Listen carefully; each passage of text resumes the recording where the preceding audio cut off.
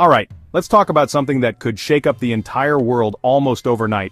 What happens if Iran actually closes the Strait of Hormuz?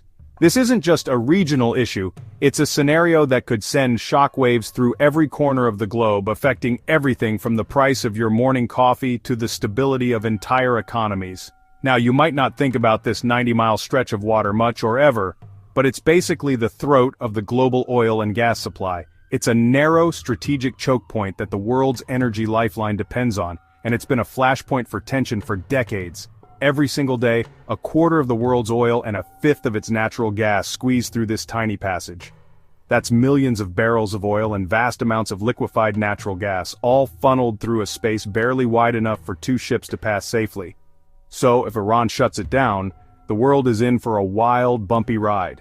Imagine the chaos as ships are forced to stop, supply chains grind to a halt, and the world's energy markets are thrown into total disarray. Picture this. Tensions are already sky-high. The region is a powder keg, and all it takes is a single spark to set off a chain reaction that could spiral out of control. Israel hits Iranian military sites, Iran gets furious, and then threatens to drop naval mines into the strait. Suddenly, the world is holding its breath, waiting to see what happens next. And they're totally capable. They've got a navy packed with ships, and way more mines than anyone's comfortable with.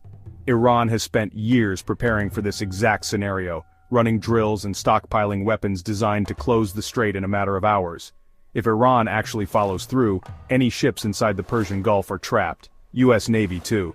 Commercial vessels, oil tankers, and even military ships would be stuck, unable to move in or out, creating a maritime traffic jam of epic proportions. We're talking about over 40,000 American troops suddenly cut off, not to mention billions of dollars worth of oil and gas stuck at sea. The economic and military implications would be immediate and severe, with global powers scrambling to respond. Here's where things go global. The ripple effects would be felt in every major capital, as leaders rush to emergency meetings and news outlets broadcast non-stop coverage of the unfolding crisis. Oil prices? They'd skyrocket instantly. The mere threat of closure is enough to send markets into a frenzy, but an actual shutdown would push prices to levels we haven't seen in decades. Gas stations everywhere would jack up their prices, airlines would freak out, the cost of travel would soar, and companies that rely on fuel would be forced to make tough decisions, cut flights, raise fares, or even ground planes. Food costs would climb because shipping gets pricier.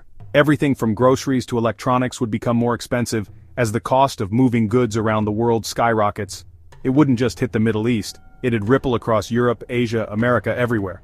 No country would be immune, and the shockwaves would disrupt economies both big and small. Think back to past oil shocks, but multiply that.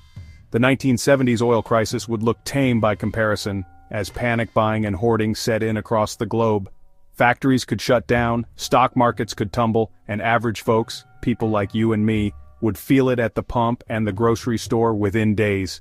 Everyday life would be disrupted in ways most of us have never experienced. And, yeah, governments wouldn't just sit around. They'd scramble to stabilize markets, reassure the public, and coordinate a response with allies, all while trying to avoid making the situation even worse. The US and its allies have plans to clear mines, escort shipping, maybe even launch strikes to reopen the strait. But that's risky.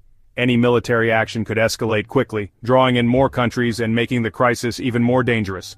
One wrong move, and we're looking at a wider war in one of the world's most volatile regions. Right now, everyone's watching. The stakes couldn't be higher, and the world is holding its breath, hoping cooler heads will prevail. Iran's navy is still intact, their threats are real, and the world's leaders are weighing their next moves. Diplomacy is on a knife's edge, and every decision could tip the balance toward peace or conflict. If that strait closes, it won't just be a headline, it'll be a global crisis. The world's attention will be fixed on this narrow waterway, and the consequences will be felt everywhere. So, next time you fill up your tank or turn on the lights, remember, there's a tiny waterway halfway across the world that connects us all. It's a powerful reminder that in today's world, we're all just a little more connected and a lot more vulnerable than we might think.